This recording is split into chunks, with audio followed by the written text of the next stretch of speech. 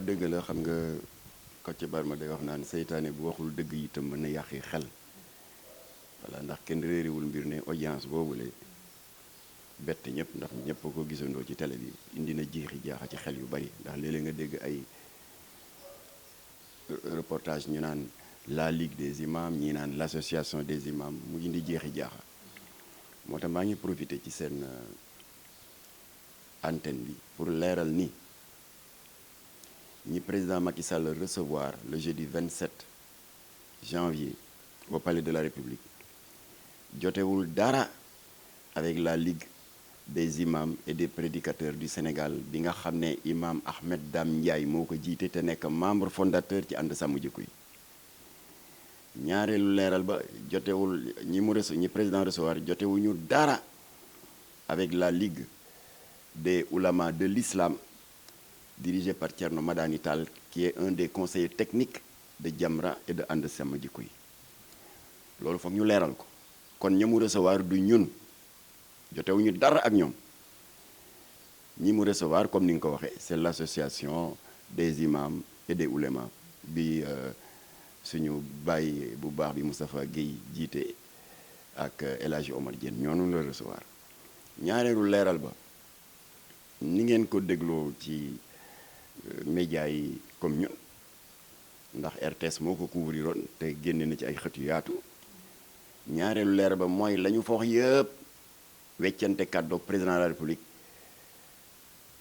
dafa safaanoo totalement avec le contenu de notre proposition de loi portant criminalisation de l'homosexualité ñoom lañ fa wax dañu jaar nii suñu proposition de loi jaar ne alors ba tax na lii yëpp Macky Sall moo ko fi créé ndax yow nee nga chef d'État nga am nga droit en tant que président de tous les Sénégalais su amee des citoyens yu regroupé wu comme ni ñu ko defoon en décembre 2019 avec les organisations féminines bi ñu bëggee criminaliser le viol boo amee ay citoyens yu daje waxtaan ak ay député ne dañu bëgg mbirum ngóor jigéen ñu yokk daani yaa xëy am nga droit ne ànd naa ci wala àndoo ci loolu nag balaa nga koy mën a jëfe nga toog ak ñoom ak ñi nga xam ne ñoo ko initié muy suñu coalition bi nga xam ne 141 organisations socio-religieuses la ñu di ko wax ànd sàmm jikko yi wala boo bëggul a toog ak ñun nga toog ak député yi ko war a porté te kenn wañaarul seen loxo ñoom ñoo porté wu volontaire ne dinañ ko porté ndax ittewoo nañ ko mu di Mamadou Lamine Diallo tekki Moustapha Guirassi Cheikh Bamba Dièye sëñ Mansour Sy Djamil Mame Diarra Fam bari nañu ak ñaari député yu bokk ci pouvoir bi yu wan ginnaaw Benno Bokk Yaakaar ñëw bokk ak ñun mu di l'honorable député Cheikh Aliou Souaré l'honorable député Ablaye Wilane ça fait 15 au moins ñooñu nga wax ak ñoom parce que ñoo ko porté xam nañ li ñu bind lan la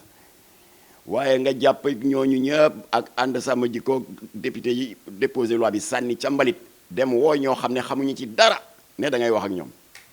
moo tax président indi nga jeexi jaaxa ci dëkk bi indi nga njaxas ci xel yi loo tax ñuy leeral pour bañ ñu dëkkal ñu fu ñu dëkkul alors kon nag recevoir nga leen waxaat nga fa baat bi nga tàmm di wax ba dafa sàppi nit ñi tant que maa ngi fi duma ko légaliser waxu suñu loolu c'est dépassé monsieur le président xewwi na wax jooju dépassé nañ ko xam nga ñun lu ñuy wax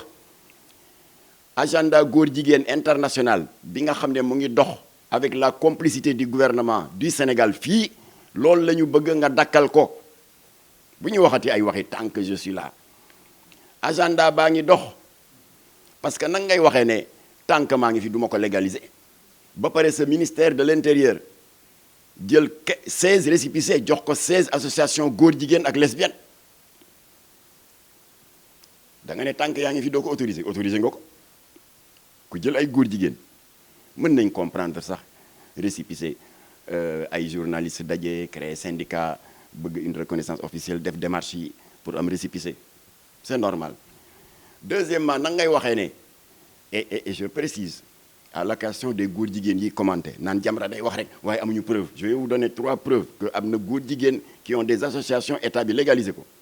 benn association baa ngi tudd te d'ailleurs voilà naan dañuy sosalaate laajal sa ministre Aly Ngouille Ndiaye bi mu déggee may wax ci rajo yi ne état moo autorisé góor jigéen ñi jox leen ay récépissé mu convoqué ma ñaanu ma ko audience moom moo ma woo c'était le 13 novembre 2019 naan waaw dama yàgg dégg ñu naan Jamra naan état moo autorisé góor jigéen yi loolu jaaxal ma parce que man Aly Ngouille Ndiaye 3 ans gi ma nekk ci ministère bi te fàttaliku ma fu ma mës a joxe këyit googu kuréelu góor jigéen ñi ma ne ko nee nga bi nga toogee fii ba léegi mosoo joxe récépissé góor jigéen bravo waaye ñun particularisé wuñu suñu combat bi ñu créé Jamra février 83 ba léegi ça fait 39 ans kenn mosuñu xamal di particulariser dañu ne fii nga toog te muy institution bu tudd ministère de l'intérieur ci nguuru Ablaye Wade te dénoncé woon naa ko joxe nañ fa 9 récépissés man maa ko dénoncé ak imam Mbaye Niang ak oustaz Aliou Sall te mënoon nañ ma ci dàq parce que Ablaye Wade daf ma nommé woon président conseil d'administration du CICES wëlbatiku jox ma cër bii Seydou ay am tey nekk porte-parole Benno Bokk Yaakaar waaye ñun suñu Benno Bokk Yaakaar mu ngi tuddoon CAP 21 Iba Der Thiam nekk coordonnateur yi ma nekk porte-parole bi mënoon nañ ma ci dàq waaye défendre samay valeur moo ma gënal ay teraanga àdduna ñu dénoncé ko fii ci grande mosquée état bi yabal fay alkaati ñu sotti ñu ndox dóor ñu ay grenade kon 9 récépissés ci nguuru Ablaye Wade Macky Sall la ñëw yokkaat 7 ak 9 du 16 alors loolu la wax Aly Ngouille Ndiaye mu ne ma ndax mën naa ci am ay exemple ma ne ko bindal association bi ci ëppi talibé 635 membres góor jigéen ak lesbienne 635 Jaaji Diouf moo ko jiite numéro de récépissé 15 444 te Jaaji Diouf entre parenthèses c'est le porte-parole de Africa Gay benn kuréelu góor jigéen continental au niveau de l'Afrique qui a signé ce récépissé la DGAT la direction générale de l'administration du territoire du ministère de l'Intérieur ma ne ko deuxième exemple association góor jigéen bi ñuy wax Prudence lii may wax baax na pour ñi naan Jamra day wax rek du naan am naa liste am naa laa du génn liste ma ne noté leen deuxième bi ñu di wax Prudence góor jigéen bu rëy làmmeñ te mën a tooñ gis naa keroog mu di ma live ñu di ko wax Jamil Bangoura moo ko jiite numéro de récépissé 12 345 délivré par qui et signé par qui la DGAT la direction générale de l'administration du territoire du ministère de l'Intérieur noonu daal laa ko toppee ak Aly Ngouille Ndiaye di ko topp ba ci góor jigéen yu jigéen ñi les lesbiennes seen kuréel bu gën a siiw tudda sourire de femme Ndeye Kébé moo ko jiite ainsi de suite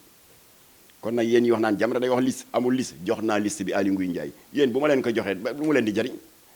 yéen a joxe récépissé yi état ba ko joxee naan Jamra day wax amul maa ko indil preuve yi bi ma Aly Ngouille Ndiaye recevoir ba pare ma laaj ko adresse email am moom ministre bi ba ma ko joxee ba ma ñibbee ma jox ko ay documents sax yu ma laajul pour wan ko conséquence yu récépissé parce que récépissé yi am na conséquence yi dëkk bi li ma ciy junj rek moo di dañ koy fab di triande ambassade yi dama la ci jox benn exemple ambassadeur u Canada dafa jóg defoon benn mailing ñun ñu jot ko contrairement ak ñiy wax naan Jamra nee na ni mu def ba jot récépissé yi dafa toog rek góor jigéen yónnee ko góor jigéen dof na ba sa noon bi gën a rëy nga di ko yónnee liste déedéet ambassade Canada bi mu defee mailing bi ndax ambassade occidentale yi fi nekk yépp quoi qu'on dise ni ñu amee service de visa service de protocole noonu ñu amee service de renseignement généraux kon lépp luy parti luy syndicat luy journaux yéen ñi ñëpp yéen a ngi ci fiche yi ak luy ONG alors ñu daal di jël base de données ONG yi def benn mailing ñun ñu jotaale ko xam naa dañuy rendre ñu compte parce que dafa bari y a des centaines d'ONG ba ñu ko jotee lan la ambassade du Canada wax daal ne waaw gis nañu ne borom ñaari tur yi féexaluñu leen Sénégal ils ont des problèmes d'accès à l'emploi des problèmes pour accéder à certains financements waaye loolu yëpp réglé nañ ko ñun Canada mu di créé nañ le FCIL le Fonds canadien d'initiative locale. góor jigéen ñi ku ci am projet eh bien di sàkku financement da ngeen ko yónnee ci adresse email bii am na commission bu koy saytu si c'est crédible ñu financer ko ñun bañuñu en tant que sénégalais ak crise de l'emploi bi fi am des milliers de diplômés sans emploi bañuñu une structure locale ou étrangère di yëkkati ay financement di ko dimbale doomu réew mi parce que góor jigéen ñi même bu ñu jubadee nekk ci musiba boo xam ne mooy yées ci bakkaar yi doomu réew mi lañ bañuñu ko waaye defin bi moo ñaaw parce que bu fekkoon ambassade bi dafa ne waaw chômage yi bari na léegi daal créé nañ un fonds voilà jeune bu nekk bàjjunu gox yeeg association sportive et culturelle bu am projet bu crédible mën nga ñu yónnee si c'est crédible ñu financé ko kenn du wax waaye dafa ne góor jigéen ñi ku ci am projet et cetera defin bi moo ñaaw loolu nag c'est un clin d'œil malsain qui peut être mal interprété par certains jeunes parce que effectivement muy sa frère sa sœur sa jarbaat sa nangam seen waa koñ mën nañ jékki-jékki ne kenn mën na ne waa mais man ñaata at a ngi may kërti wut visa ñu may gàntal tout le temps ñaata at a ngi may lijjanti financement de projet awma ambassade Canada nee na léegi ku bokk ci kuréelu góor jigéen yi parce que nasaraan du jëflante kuréel bu légalul c'est parce que dañu am récépissé moo tax ñooñu di wax ak ñoom alors waaye ambassade bi nee na ku bokk ci kuréelu góor jigéen yi boo amee projet si c'est crédible ñu financé ko waa man teemaa dem adhéré ji AIDS bu Diady Diouf baa maa dem adhéré dégg nga prudence bu Jamil Bangoura c'est dangereux mën na xiir jeunes yi ñuy defe ne dëkk bi ku fi bëgg lu baax foog nga nekk góor jigéen loolu la ñu wax Macky Sall waaye waxuñu ko ay tant que je suis là kenn du ko légaliser nga ko kay ndax góor jigéen yi récépissé yi nga leen di jox ñu ngi triandé ambassade yi alors ministre bi nee ma ban résultat moo ci am ma ne ambassade Canada jox na leen 185 millions ñoom dañ ko gën a yellool xale yi jàng ba ami seen diplôme toog ci banc école yi ba seen jiin yi xotteeku te amuñu dara góor jigéen ñi dañ leen ko gën a mérité alors 2 poids 2 mesures boobu la jam la di dénoncer Macky Sall la xotti récépissé góor jigéen ñi ñuy compétir au même titre que tout le monde. alors ñu gis ne ba tey si jotaay boobu rek si tukkee rek si jotaay boobu gis nañu ne tam ki nga xamante ne rek mooy président ñi nga xam ne ñoo fa demoon muy waa ANOS di association boobu noonu dem nañu ba wax président que ni ñoom dinañu def ay tournée nationale mais aussi ay xutba si jumaa yi pour leeral askan bi rek ci li nga xamante ne mooy ay intention président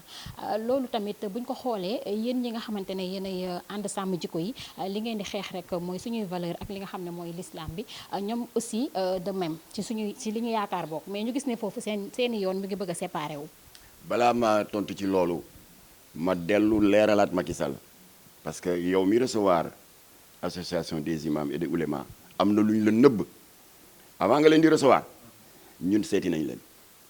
nit ñi seete sëñ Mountakha Mbacké Bachirou seeti sëñ Babacar Sy Mansour le khalife général de Ndiassane waaw khalife général de Ndiassane Thiénaba Niassène Medina Baye Layène famille omarienne l'église ba seeti nañ sax le roi de Oussouye bu bois sacré mooy ñi nga xam ne tënkuwuñu ci christianisme tënkuwuñu ci l'islam diine maam ya ni sama maamu lébu yi jamono xamba yi jamono ceddo ñoom yooyu la ñu conservé ba tey nee na même sudul affaire diine ak yooyu nee na ñoom ci wàllu ngor bi ñu doon na ci maam yi rek alors nit war naa jomb loo xam ne xaj yi sax rus nañ ko def kon ñoom aussi signé nañu waaye nag mention spéciale à Serigne Mountakha Mbacké Bassirou ak sëñ Babacar Sy Mansour li tax ma ne mention spéciale parce que yéen yemu leen ci signé ak tampon da ngeen ci boole lettre expliquer lan moo tax ngeen bokk ci ñiy exiger pour ñu criminaliser ngóor jigéen alors kon Macky Sall ñu ngi lay yëgal ne ñi nga recevoir nax nañu la parce que ba ñu defee tuuru xalif yi seeti nañu leen ñoom signé nañu wax ne ànd nañu à 100% pour la criminalisation xanaa yëgoo loolu kon ce double jeu la rafetul ci ay imam ba pare nga recevoir la ñu dem toog ca salle de banquet la xaw ma di ñu xas naan cette kii ça n'a pas sans raison d'être parce que article 319 bi doy na waroon ngeen ñu wax loolu ba bi avant ngeen di signé kon na président xam loolu